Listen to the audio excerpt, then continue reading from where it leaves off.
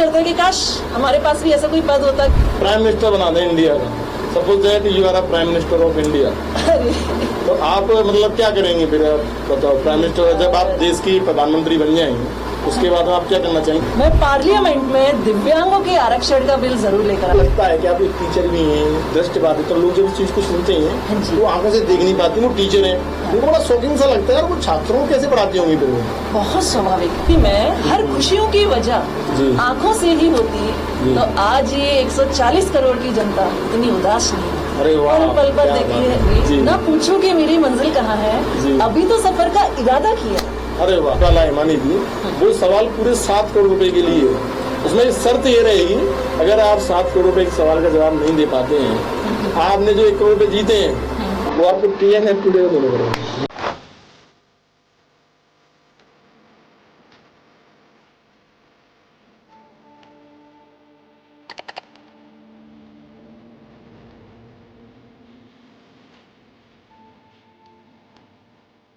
अगर हम एक दिन के लिए प्रधानमंत्री बना दें तो आप क्या करेंगे?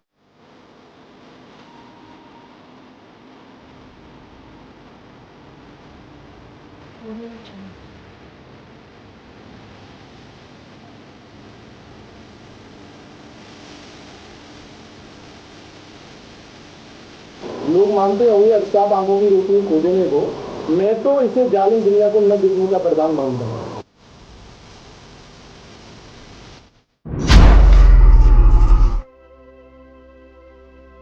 रोशनी के शहर में अंधेरे मकान देखे हैं, बिन आंखों के तुमसे कहीं ज्यादा आसमां देखे हैं। तुमने बस इस जहां को देखकर मिटा ली है अपनी बेचैनियां, हमने उंगलियां फेर कर किताब पर कई जहां देखे हैं। जिसने बिना आंखों के ही सफलता के शिखर को प्राप्त कर लिया, ऐसी ही एक शख्सियत हमारे साथ चर्चा के लिए मौजूद है, जिसका नाम है हिमानी बुंदेला।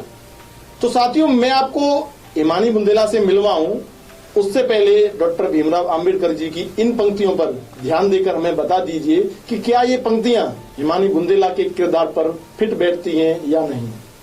है वही सूरमा इस जग में जो अपनी राह बताता है, कोई चलता पद चिन्हों पर तो कोई पद चिन्ह बनाता है।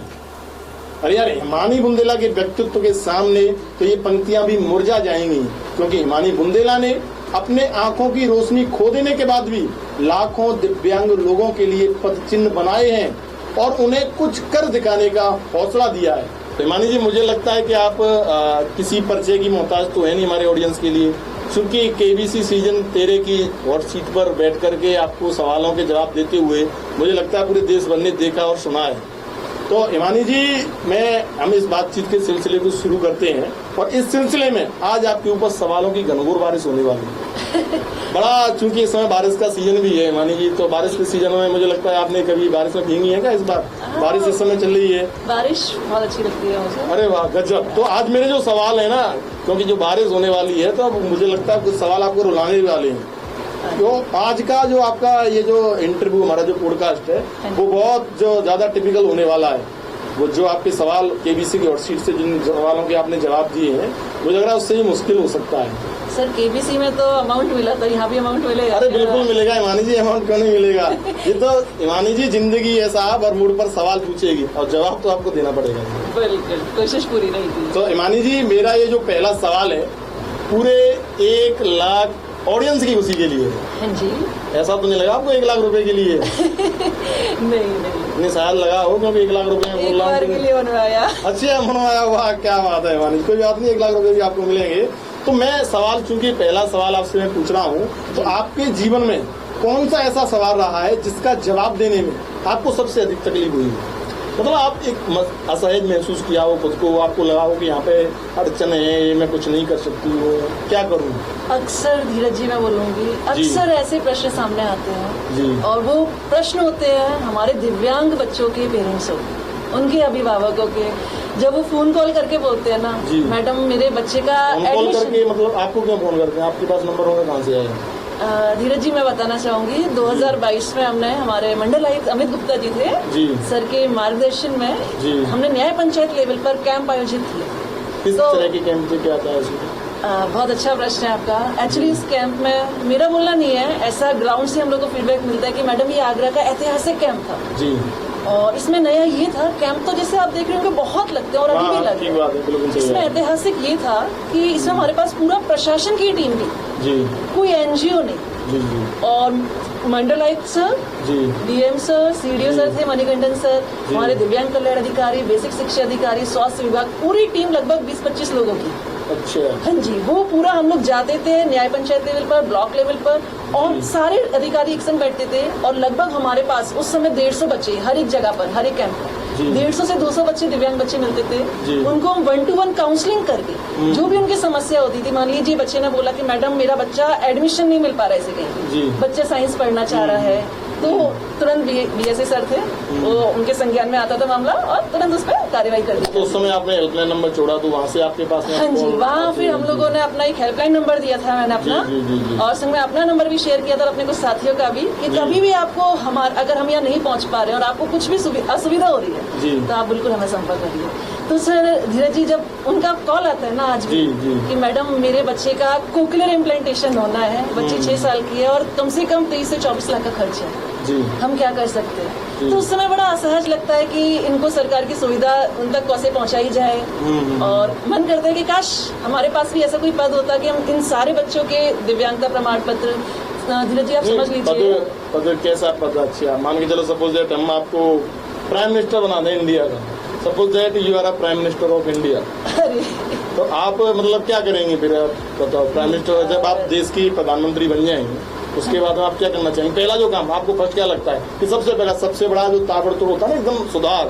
आपने जो नायक मूवी है मुझे लगता है देखी होगी। हाँ जी, देखी नायक मूवी, तो एक दिन के जब वो चीफ मिनिस्टर बनते हैं तो काफी सारे परिवर्तन लेकर के आपने चीजें करती हैं। तो आपको अगर हम एक दिन के लिए प्रधानमंत्री बना दें तो आप क्या करेंगे?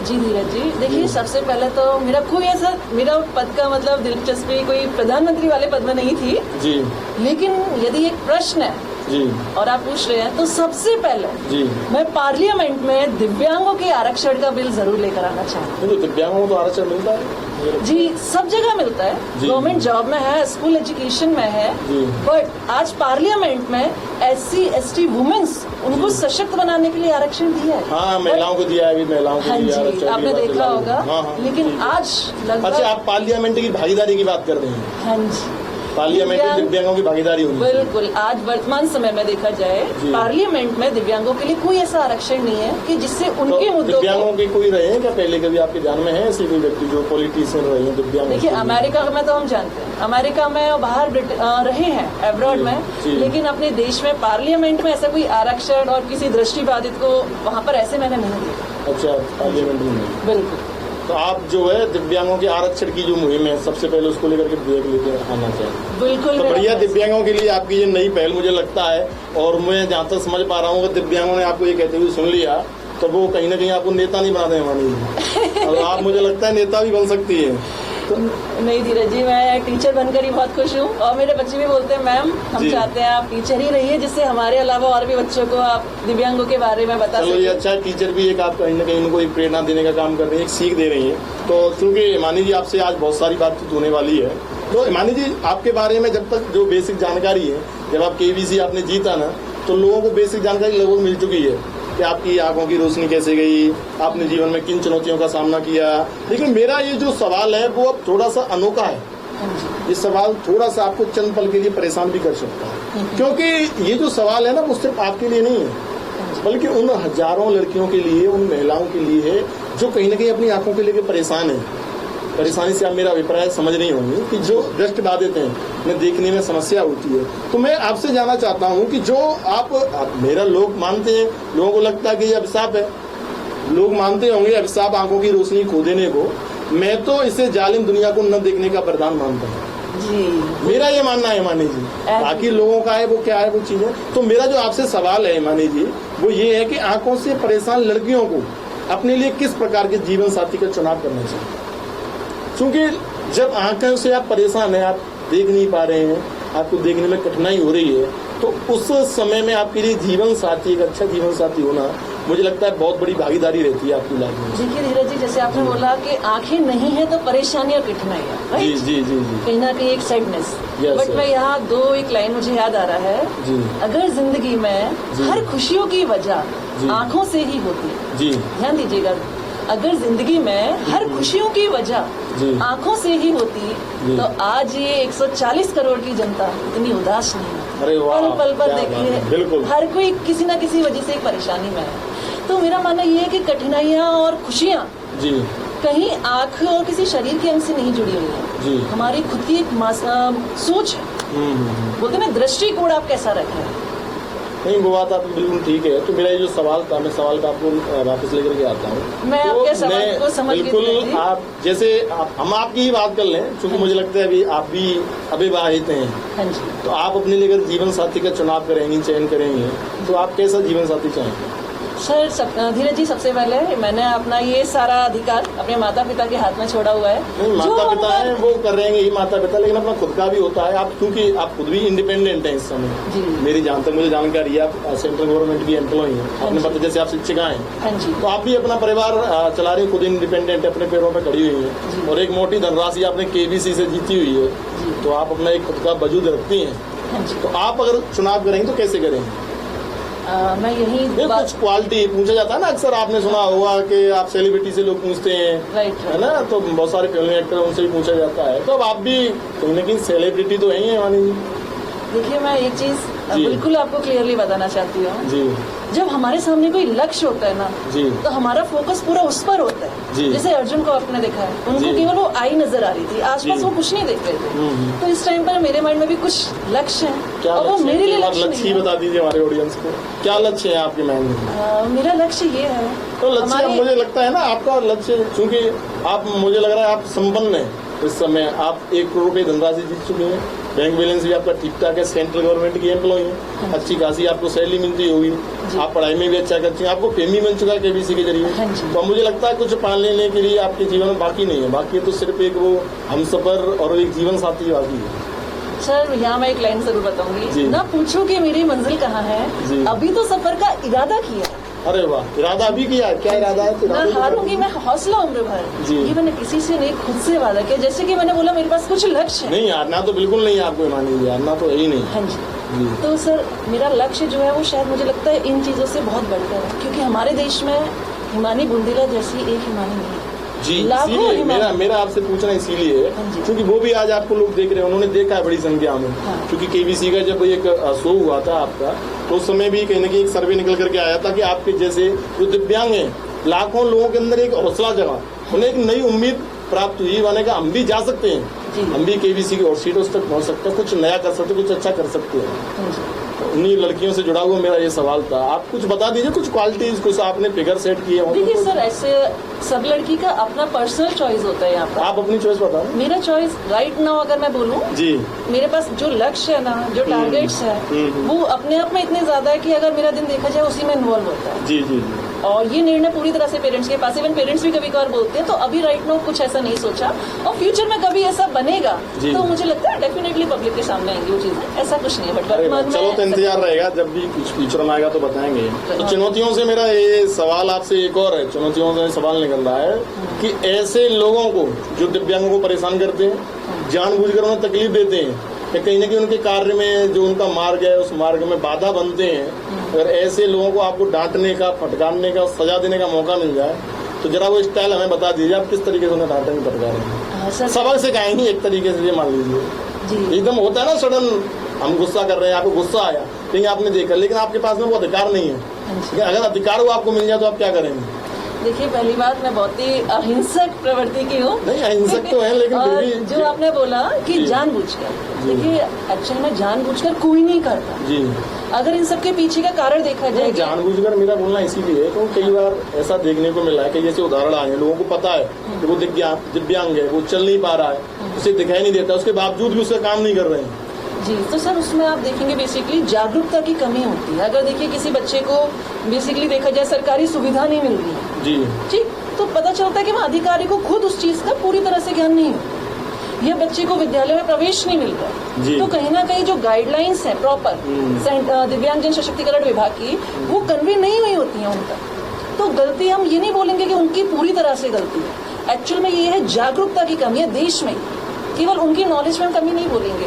हमारी इतनी सारी योजनाएं बन रही हैं, टेलीविजन में इतने एडवर्टाइजमेंट्स आते हैं, तो क्यों हम उसमें योजनाएं कुछ जैसे दिव्यांगों के लिए मुझे लगता है कुछ योजनाओं का लाभ उन तक पहुंच नहीं पाता है। हाँ जी। जागरूकता की कमी है। हाँ जी। तो आपको शायद कुछ योजना ऐसी ध्यान हो गवर्नमेंट की जो दिव्यांगों के लिए, खासकर दिव्यांगों के लिए चलाई गई है। हाँ हाँ हाँ। है ऐसी कोई योजना? सर बहुत अच्छी योजना है। देखिए सबसे पहले जो हमारे दिव्यांग बच्चों के पेरेंट्स हैं जी, उन तक ये बात हम जरूर कन्वे करना चाहेंगे। हमारे 6 से 18 साल तक के जो दिव्यांग बच्चे हैं जी, उनको निःशुल्क पढ़ाने का प्रोविजन दिया गया है। अच्छा, निःशुल्क? बिल्कुल बिल्कुल निःशुल्क, और वो भी 6 से 18 साल तक के बच्चे। और अच्छी बात ये 18 के बाद अगर वो कॉलेज में जाते जी। हैं तो हमारे उत्तर प्रदेश गवर्नमेंट में पहले तो एक ही यूनिवर्सिटी, आज 2 यूनिवर्सिटी है। एक तो अच्छा, डॉक्टर दिव्यांगों के लिए? शकुंतला, हाँ जी, एक डॉक्टर शकुंतला मिश्रा यूनिवर्सिटी है, और एक अपने राम बहादुर आचार्य जी, उनकी भी एक यूनिवर्सिटी है जो भी दिव्यांगों के लिए। रामभद्राचार्य जी जो संत हैं, कथावाचक हैं, कथावाचक है, उनकी खुद की यूनिवर्सिटी है, उसे राज्य का दर्जा भी दिया गया है। तो ये बेसिकली यूनिवर्सिटीज है। तो ये सामान्य लोग, शकुंतला मिश्र विश्वविद्यालय, मुझे लगता है आप भी इसमें पढ़ी हैं शायद। हाँ जी हाँ जी, तो यहाँ 50% जो सीट्स हैं वो दिव्यांगों के लिए आरक्षित है। तो बच्चा 18 साल के बाद अपनी चॉइस का कोई भी कोर्स, बीटेक हो उसको, या फिर टीचर बनना हो, MBA करना हो, कुछ भी PhD तक आप वहाँ से कर सकते हैं। और मजेदार बात क्या है, सब कुछ फ्री, बच्चे का रहना फ्री, हॉस्टल का फैसिलिटीज बिल्कुल फ्री है, खाना सब कुछ फ्री, और इवन क्वालिटी का खाना पीना। ये तो बढ़िया, तो मुझे अच्छी सुविधाएं सरकार हाँ द्वारा जी, चलाई जा रही है। मुझे लगता है अफसोस इस बात का है कि इतनी अच्छी यूनिवर्सिटी, इतनी अच्छी सुविधाएं जिन तक पता होनी चाहिए उन तक नहीं पहुंची। जागरूकता की कमी है कहीं ना कहीं। इसको यहाँ मैं एक अनुरोध हमारे मीडिया भाई बहनों से भी करना चाहूँगी। जी बिल्कुल, आपका अनुरोध स्वीकार है, बताइए। नहीं धीरज जी, क्योंकि आप भी खुद ही उसी सेक्टर से हैं जी। मुझे लगता है कम से कम हमको एक मुहिम की तरह हफ्ते में, इसको एक हम मुहिम बोलेंगे जी, एक हफ्ते, जैसे भी दिव्यांग हमारा आ रहा है 3 दिसंबर को आ रहा है, दिव्यांगजन दिवस आता है ना, तो उसके आसपास हम एक मुहिम की तरह इसको आरंभ करके हर हफ्ते ऐसी कुछ खबरें प्रॉपर एक दिव्यांगों के लिए दें, जिससे एटलीस्ट जो जानकारी है, जागरूकता वाली, रोजगार पर खबरें हैं, कुछ ऐसी खबरें हैं वो वहाँ तक जा सकते। नहीं बिल्कुल, ये प्रोग्राम हम स्टार्ट करेंगे मानी जी, आपने हमसे कहा है इसको हम प्रोग्राम स्टार्ट करेंगे। तो मानी जी, चूंकि KBC का शो से जुड़े कुछ सवाल हैं अभी भी हमको विचलित करते हैं, हमारे लोगों के दिमाग में भी आते हैं, कई बार हमसे जब बातचीत होती है, जब शो हमने भी देखा तब भी हमारे दिमाग में आया। मैंने एक चीज देखी कि आप अमिताभ जी को मैथ सिखा रही थी, कुछ मैथ के ट्रिक सिखा रही थी आप उनको, तो क्या आपकी मैथ में ज्यादा रुचि रही है? ईमानदारी से बोलो तो नहीं। तो आपको फिर ऐसे मैथ की इतनी नॉलेज सर, आप कहाँ से आई? धीरज जी आप यकीन नहीं करेंगे, मैं जॉन मिल्टन से पढ़ी हूँ, और क्लास 9th तक मैं हमारे मैथ्स टीचर के पास जाकर ये बोलती थी, सर काश मैथ्स ऐसा नहीं ऑप्शन है, मैथ्स को मैं हटा मतलब दूं। और स्टूडेंट आपको भी मैथ बोरिंग लगता था? हाँ सर, बिल्कुल अच्छा नहीं लगता था मुझे धीरज तो जी। फिर ये इतना मतलब कैसे यूनिक ट्रिक कहाँ से आ गई? इसमें बेसिकली देखा जाए, जब मैं 10th क्लास में थी जी, तो उस टाइम पर मैंने काफी प्रयास किया, जी, कोशिश करिए मैथ्स करने का धीरे धीरे, तो कुछ हल्का फुल्का इंटरेस्ट आया मुझे। लेकिन 2012 में जब मेरा आंखों का रोशनी गया और डॉक्टर ने ऑपरेशन करने का बेड रेस्ट बोला, तो मेरी दीदी है, बड़ी दीदी, वो घर पर कोचिंग देती थी बैंक के बच्चों को, वो उसमें उनको क्वेश्चन बोलती थी, वो लोग सॉल्व करती थी, तो मैं वहाँ बैठ के सुनती थी क्वेश्चन, और जब सुनती थी तो माइंड चलता था, अच्छा इसको ऐसे करेंगे, ऐसे करेंगे, ऐसे करेंगे, और एक हफ्ते बाद ऐसा होने लगा कि मेरा आंसर उनसे पहले आने लगा। अच्छा, हाँ जी, तो कर दिया आपने। बिल्कुल, जब होता है ना हम किसी चीज में आगे आने लगते हैं तो हमें ऑटोमेटिकली इंटरेस्ट आने लगता है। और फिर धीरज जी आप मानेंगे नहीं, रुचि इतनी होने लगी कि मेरा जब ऑपरेशन एक और होने वाला था, तो ऑपरेशन थिएटर में डॉक्टर ने मुझे इंजेक्शन लगाया एनेस्थीसिया वाला, बेहोश करने के लिए। उन्होंने कहा हिमानी थोड़ा भगवान को याद करो, माइंड डाइवर्ट करने के लिए उन्होंने बोला, बेटा थोड़ा भगवान को याद करो और रिलैक्स रहो, डरो नहीं। आप यकीन नहीं करेंगे, मैंने पॉकेट से हाथ डाला, उनके हाथ में एक पर्चा दिया, बोलते क्या है? मैंने कहा सर इसमें कुछ मैथ्स के क्वेश्चन है, वो आप रीड कर दीजिए, क्योंकि मेरी बहन का 10th का बोर्ड है, उसे मुझे पढ़ाना है। अरे वाह, मतलब ऐसे क्रिटिकल समय में आप मैथ पढ़ रही थी? हाँ जी, अपने माइंड को डाइवर्ट करने के लिए। और एक मजेदार किस्सा और बहुत है जी। अक्सर देखिए, हम इंसान है तो गुस्सा आना बहुत स्वाभाविक सी बात है, और अक्सर ज्यादातर नहीं आता, कभी कभार गुस्सा आ गया किसी चीज को लेकर, नाराजगी हो गई, तो गुस्से में मैं क्या करती थी, नाराज होकर कुछ नहीं करती थी, अपना मैथ्स का बुक लिया, और अक्सर मैं ऊपर पढ़ती थी, मैं कभी रूम में टेबल स्टडी नहीं किया सर धीरज जी, हमेशा मैं ऊपर जाती थी जीने में, वहाँ हाँ जी, छत पर प्रॉपर ना जाके जीने में सीढ़ियाँ होती थी, वहाँ एकांत रहता था, वहाँ बैठती थी, भले चाहे धूप हो, बारिश हो, कुछ भी हो, गर्मी सर्दी भी हो, कितना भी एक्सट्रीम कंडीशन हो, मैं बैठती वहीं। और जब गुस्से में मैथ्स उठाती थी और आप यकीन नहीं करेंगे, जो क्वेश्चन में नॉर्मल प्रैक्टिस करती थी नहीं आते थे, वो जब मैं गुस्से में थोड़ा सा करती थी प्रैक्टिस, तो मतलब सब क्वेश्चन आते थे। आपका आईक्यू लेवल हाई हो जाता था एकदम। मुझे लगता है जब मुझे ऐसा लगता है ना, शायद जब हम थोड़ा सा एग्रेसिव फॉर्म में होते हैं तो इधर उधर की चीजें ना सोचकर फोकस उस क्वेश्चन पर आता है कि अच्छा ये क्वेश्चन है, तो माइंड उस टाइम पर पता नहीं कि ऑटोमेटिकली बहुत ज्यादा वर्क करने ये लगता कुछ था। आपकी विशिष्टताएं मानी जिनको ऐसे ही कह सकते हैं, क्योंकि आज जो आपको इतना नॉलेज है वो कहीं ऐसी आदतों की वजह से ही है। तो हिमानी जी एक मेरा वो सवाल जी, है, मैं एक चीज और बोलूंगी, इसलिए शायद मतलब जो मुझे थोड़ा बहुत भी एग्रेशन रहा, मैंने उसको कभी नेगेटिव फॉर्म में नहीं किया, क्योंकि उस एग्रेशन में मैंने ऐसा नहीं किया किसी का लॉस किया, किसी को मार पिटाई किया, ये नहीं, बल्कि मैथ्स की बुक उठाया जी। तो शायद आज कहीं ना कहीं वो मैथ्स जो मैं मेंटल मैथ्स कर रही हूँ, अमिताभ जी को सिखा रही हूँ, शायद उन सबका मिला जुला निष्कर्ष है वो। जो मेंटल मैथ्स आपने सिखाई, ट्रिक सिखाई, वो मैथ्स मैजिक। मानी जी, चूंकि आपकी लाइफ के बारे में चुनौतियां रही, परेशानियां रही, दिक्कतें आई, अक्सर सुना है कि एक्सीडेंट हुआ, उसके बाद आपकी आंखों की रोशनी चली गई, इसके अलावा और कोई चैलेंजिंग चीज आपकी लाइफ में, ऐसी चीजें जिसको बहुत अधिक आपने सर्वाइव किया हो, परेशानियां झेली हो उस चीज को लेकर के, कोई ऐसा चुनौतियों से भरा हुआ कोई पहलू आपकी लाइफ का यादगार पहलू जो आपको लगता है कि इस चीज में इस समय आपको बहुत दिक्कत है? क्योंकि लोगों को तो बड़ा आसान लगता है, जीवन बड़ा आसान है, बड़ी सुगम है, केबीसी आप जीत गई और सीट पर आप पहुंच गई। हाँ सर, मैं आपका जवाब 2 लाइन में देना चाहूंगी। लोग कहते हैं दृष्टि के बिना जीवन में अंधेरा है जी। लोग कहते हैं कि दृष्टि के बिना हमारे जीवन में अंधेरा है, बट मेरा मानना है यदि दृष्टिकोण में नई सोच हो जी, यदि दृष्टिकोण में नई सोच हो तो दोबारा समझ। वाह, अद्भुत, बिल्कुल आपकी सटीक बात है। तो हिमानी जी, एक बार परिवार की हम बात कर लेते हैं, क्योंकि आपकी दृष्टिबाधित है, आप आंखों से देखने में आपको कठिनाई होती है। हाँ जी। तो परिवार में आपके लिए सपोर्टिव सबसे ज्यादा कौन रहता है? जैसा कि हमें जानकारी है आपकी 4 बहनें हैं, आप हाँ, एक छोटा भाई है आपका। हाँ जी। ठीक बता रहा हूँ ना मैं? हाँ जी। अच्छा, तो सबसे ज्यादा आपके लिए सपोर्टिव कौन रहता है? सर, अगर मैंने किसी एक का नाम लिया ना तो मैं अपने आप को फिर उन सबके संग अनजस्टिस मतलब जस्टिस नहीं करूँगी। तो आपको मुझे लग रहा है कि ये डर है कि दूसरा रूट नहीं जाएगा? ऐसा बिल्कुल नहीं है, सबका। अच्छा, जैसे भाई बहन हम नॉर्मल रहते हैं, तो अक्सर आपकी लाइफ में ऐसी चीजें रही हैं क्या, ज्यादा आपस में लड़ाई झगड़े होना, भाई बहनों मारपीट होती है, परेशान करना, वो परेशान कर रहा है? सर ये देखिए, तो बहुत स्वाभाविक सी बात है, घर में बैठे बैठे। तो आपको सबसे ज्यादा कौन परेशान करता है? ऐसा बहुत ज्यादा खास परेशान वाला तो नहीं, लेकिन हाँ थोड़ा नॉर्मल बता दीजिए, आप परेशान मत होइए, कोई बात नहीं है, आपके भाई बहन सुनेंगे तो कोई दिक्कत नहीं है। नहीं सर, ऐसा मुझे लग रहा है कैमरे के सामने तो इसीलिए आपने खुल के बोल पाती, ऐसा कुछ है क्या? नहीं बिल्कुल नहीं, बल्कि मतलब मेरे सारे भाई बहन, मुझे लगता है शायद ही मैंने बहुत अच्छा कुछ काम किया होगा, बहुत ही अच्छा, जो मुझे इतना अच्छा परिवार और मम्मी पापा के साथ साथ मेरे सारे भाई बहन मुझे लगता है हमेशा मेरे लिए रेडी है। और आज मैं जो भी आपको देख रही हूँ ना, पूरा उन्हीं का रोल है। अगर तो अच्छा, चलो ठीक है, आप उनके नहीं बता रहे, मैं आपसे आपके बारे में, आपने सबसे ज्यादा किससे डांटा, सबसे ज्यादा किसको डांटा है? घर में देखिए, अपने भाई को सब मतलब डांटा क्या, छोटा है तो थोड़ा सा एक, मैं उसके लिए एज अ टीचर हूँ। अच्छा, भाई के लिए? हाँ जी, उसको हमने 10th तक दी। क्या नाम है भाई का आपके? भाई का नाम सर रोहित बुंदेला है जी। हाँ जी, तो दीदी और मैं उसके लिए हमेशा टीचर की तरह है, और टीचर तो मैं टीचर का रखना। आज आपका भाई खबर लेने वाला है, क्योंकि आप उसके बारे में बोल के जा रही हैं।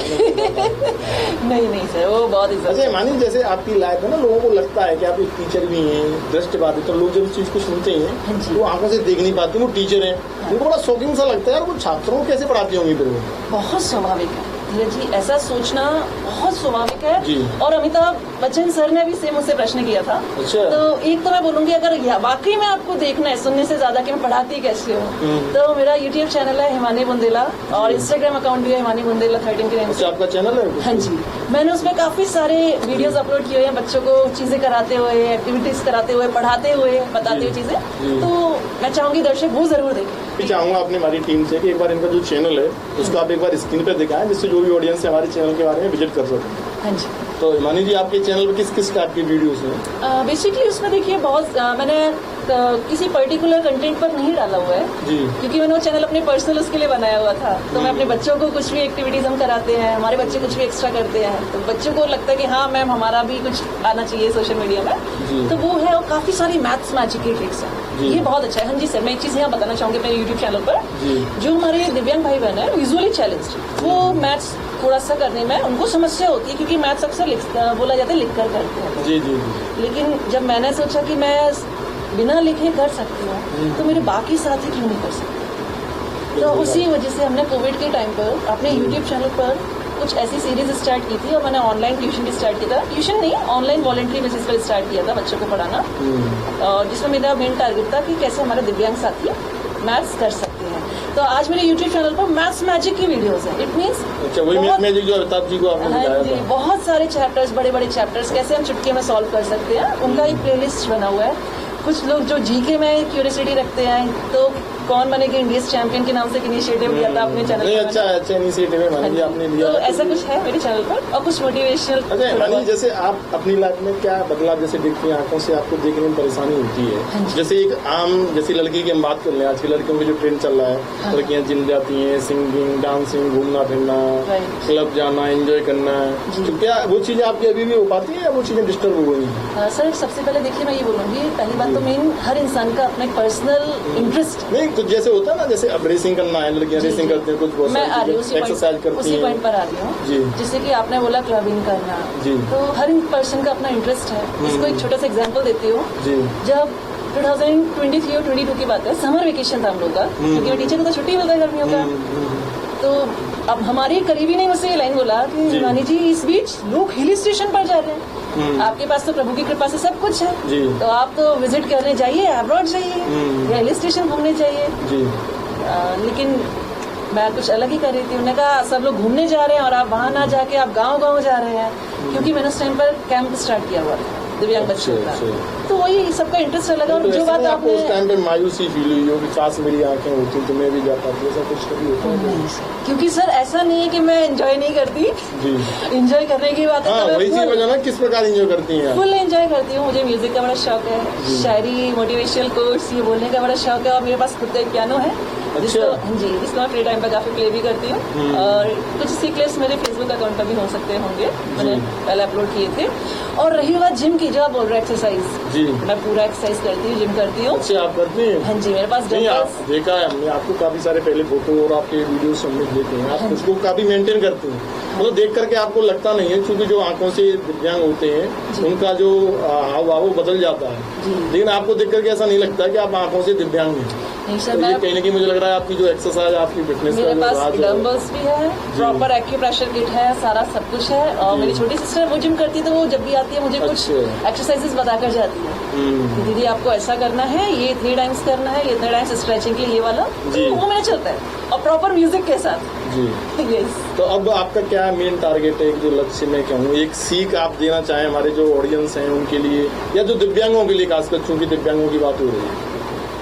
देखिए, लर्निंग तो कुछ नहीं है, मेन अगर ऑडियंस को बोला जाए, हमारे जितने भी साथी सुन रहे हैं जी, और अगर यदि देखिए हर पर्सन कुछ ना कुछ अधिकार रखता है, कुछ ना कुछ पद पर है, तो वाकई में अगर हमें एक समाज को सशक्त बनाना है जी, और समावेशी समाज का निर्माण करना है जी, और इस देश के लिए कुछ करना है, तो ज्यादा कुछ नहीं, सिर्फ एक ही चीज करनी है, वो है मौका।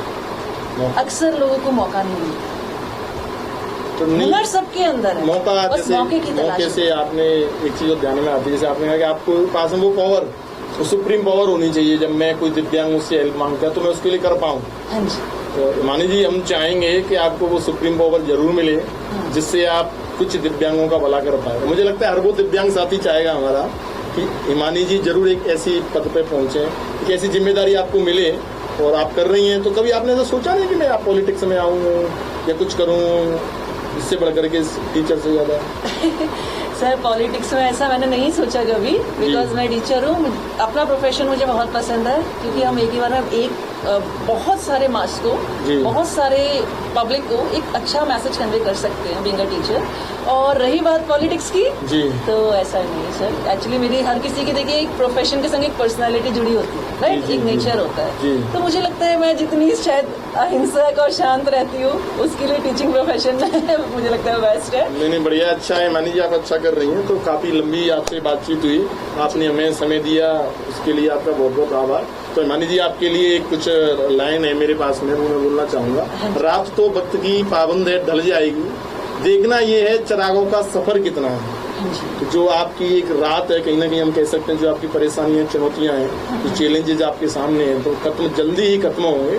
और आप वास्तव में दिव्यांगों के लिए जो आपने प्रेरणा, जो आपने संकल्प लिए, वो संकल्प आपके पूरे हों, ऐसी हमारी कामना है आपके लिए। तो हिमानी जी बहुत बहुत धन्यवाद आपका, बहुत बहुत स्वागत और अभिनंदन। हमारी ऑडियंस की तरफ से भी प्यार आपको मिला है। तो चलते चलते एक सवाल और हो जाए, क्योंकि केवीसी की जब हॉट सीट पर आप बैठी थी तब आपने 1 करोड़ रुपए के सवाल का जवाब दिया था और 1 करोड़ रुपए आपने जीत लिए थे। लेकिन अब जो मेरा सवाल आपके सामने आने वाला है हिमानी जी, वो सवाल पूरे 7 करोड़ रुपए के लिए है। उसमें शर्त ये रहेगी, अगर आप 7 करोड़ रुपए के सवाल का जवाब नहीं दे पाते हैं, आपने जो 1 करोड़ रुपए जीते हैं वो आपको TNF टुडे को देने पड़ेगा। सर ये तो बहुत ही बड़ी शर्त रख ली आपने। तो आपको देने पड़ेगा, कोई बात नहीं हिमानी जी। तो मेरा जो सवाल है वो सवाल ये है, इस समय एक शब्द है वो बड़ा चर्चा का विषय बना हुआ है। हाँ जी। तो वो शब्द है दो गुणास्त्र। दो गुणास्त्र ओके। ये इस समय चर्चा का विषय बना हुआ है।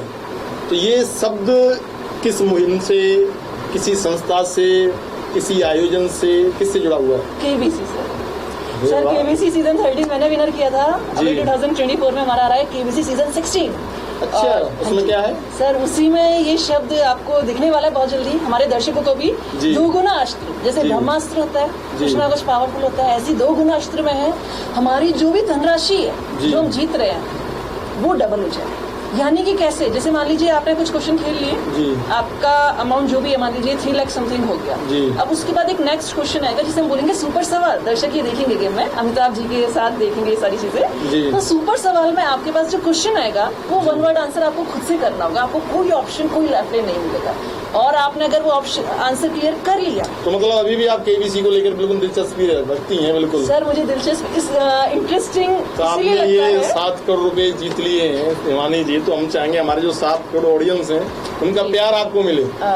बिल्कुल सर। और मैं सर आपके माध्यम से एक चीज हमारे बच्चों तक पहुंचाना चाहूंगी जी। हमारे जो भी बच्चे हैं, अगर उनका भी इंटरेस्ट है कि वो भी चाहते हैं कि हम भी टीवी में नजर आए, केबीसी खेले, तो उन लोगों के लिए भी रजिस्ट्रेशन जल्दी शुरू होंगे। अच्छा। सितंबर या अक्टूबर के नियर बाय। तो वो बच्चे भी सोनी लिव ऐप से उनके पेरेंट्स थोड़ा सा एक्टिव रहे, इन्फॉर्मेशन लेते रहे, वहाँ रजिस्ट्रेशन होता है। और नवंबर में चिल्ड्रंस डे के ओकेजन पर हम लोग स्टूडेंट स्पेशल वीक भी वो लोग रखते हैं केबीसी वाले। तो मुझे लगता है कि स्टूडेंट्स के लिए बहुत ही अच्छा प्लेटफॉर्म है और जो भी बच्चे ऐसा चाहते हैं वो अभी से जी के पढ़ना शुरू करें। तो जी बिल्कुल मानी जी, बहुत अच्छी बातें आपने बताई, तो बहुत बहुत धन्यवाद। ये थी हमारे साथ में हिमानी बुंदेला, जिनके सफलता जीवन में क्या चुनौतियां रही, क्या संघर्ष रहे, क्या सफलता रही। आज हिमानी बुंदेला किसी परिचय की मोहताज नहीं है। आंखें होने तक हम लोग परेशान रहते हैं कि हमारी 2 आंखें हैं, हम स्वस्थ हैं, ईश्वर की कृपा से हमें सारी सब चीजें ठीक मिली हैं, तब हम कुछ नहीं कर पा रहे हैं। तो ऐसे लोगों के लिए कहीं ना कहीं हिमानी बुंदेला वो आज प्रेरणा का और कह सकते हैं उनके लिए उन्होंने पद चिन्ह बनाए हैं। तो साथियों, सभी साथियों का बहुत बहुत धन्यवाद। आपने धैर्यपूर्वक हमारी बातों को सुना, उसके लिए आपका बहुत बहुत धन्यवाद।